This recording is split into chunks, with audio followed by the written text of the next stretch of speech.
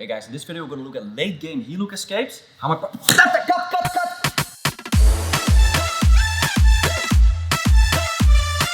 Okay guys, so we're going to talk about late game heel hook defense. Yeah.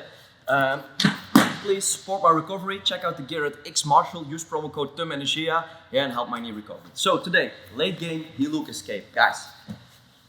This is not an escape video, this is a defense video. The difference is today we're going to look at how to defend the heel hook in a late game situation and not how to escape different leg entanglements. This is to keep the video short for your dopamine and ours.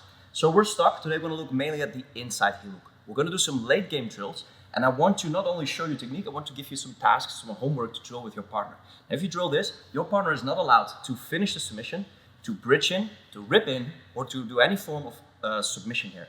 He is only allowed to close his hands, bring his elbow towards his body, and get you stuck at this late game. So to learn the defense here, to survive here in this position, you need to train this. If you do this in live sparring or competition, I would highly not recommend doing that. What I do recommend is training this in a safe environment. So let's go. We're stuck in the inside heel hook. In this case, in a 50-50 configuration. Now we're going to look at upper body and lower body grips and how to escape. First things first, before or as you get caught in the heel hook, I want you to point your toes as if you're a ballerina to make the heel smaller and not stick out. This is the opposite of booting on your foot like we've seen in our straight Ashi defense video, which we'll link up here. So all the time I'm ballerina toeing and I'm turning my heel towards my partner. So in this case, with an inside heel hook, I'm trying to turn my heel towards my partner and my knee away. This will also help my escapes.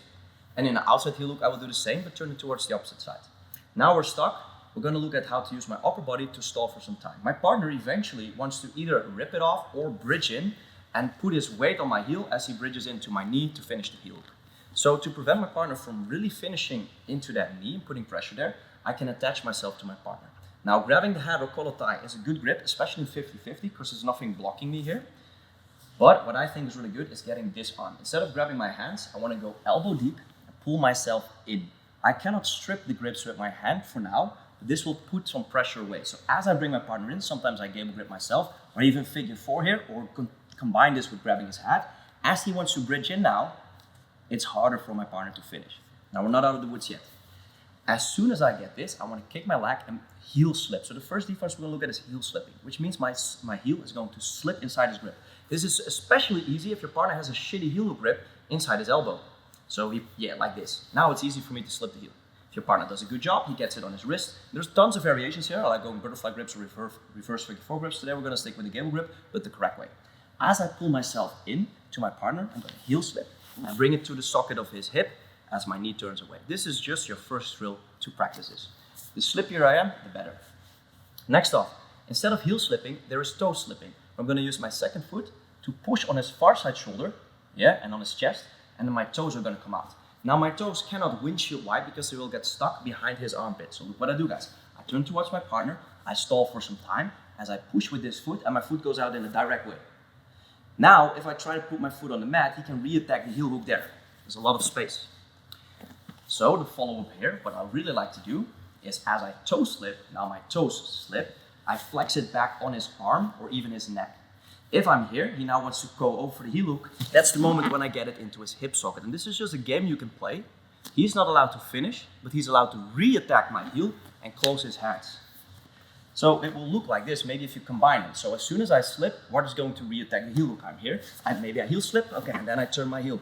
Next off, I'm going to toe slip, flex it on, he's going to catch the heel again. Nope, I'm going to hide it again. So this is the game without the big risk of injury. Next off.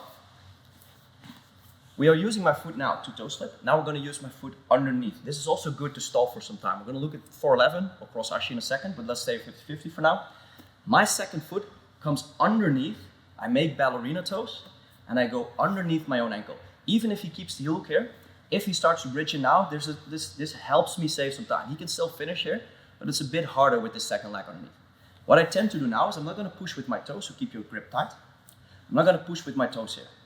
I'm going to use the instep of my foot, I think it's called, to slide along my Achilles tendon and help me heel slip. Then I hide it in the pocket of his hip and start coming up for a 50-50 escape. We have a different video on that. So in this one, the instep of my foot comes underneath and it just slides across my calf and my Achilles tendon as I push and simultaneously heel slip towards him. Here. That's my escape. Another version, especially if his elbow is over there, if I'm close, so here's going to be very hard, but I'm already attached to my partner. As I'm here, my foot now doesn't go only with the instep, but as I come behind my partner, I will make a hook. So you can see it behind his crossed elbow, and now I pull it towards me as I heel slip.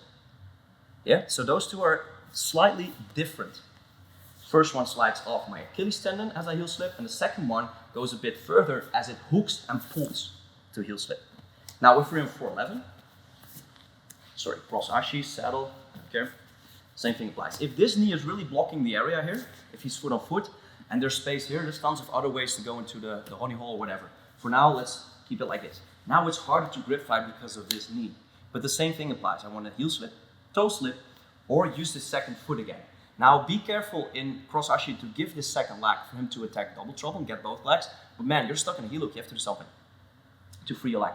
Now if he starts to finish with this leg underneath, so go belly down, so finishing, it's a bit harder for him to finish, but be careful, you'll still get finished. So, same thing applies, I get my grip, then I slide this one under, as I push his hands away, I heel slip, then I get into my escape.